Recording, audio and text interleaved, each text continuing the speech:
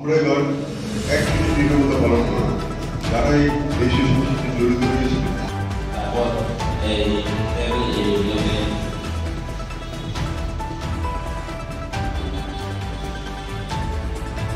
আমাদের বাংলাদেশের block president সব জায়গায় এইভাবে হচ্ছে এবং কীভাবে এটা আগে মানে ঠিক করা যায় এটা আপনারা একটু দেখবেন। আমাদের পুরনো এবং মৌসুমী বলবো কিছু বলবো।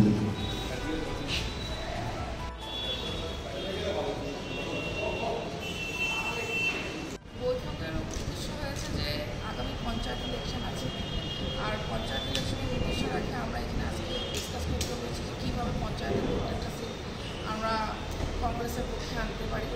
যেহেতু আপনারা সবাই জানেন যে কী অবস্থা হয়েছে, ত্রিপুরাতে কংগ্রেসের অনেক প্রার্থী নমিনেশনও দিতে পারেনি। এখন যতটুকু আমরা দিতে পেরেছি ওগুলো যাতে আমরা কংগ্রেসের পক্ষে উইন করে নিয়ে আসতে পারি সেটা আমাদের মেন উদ্দেশ্য।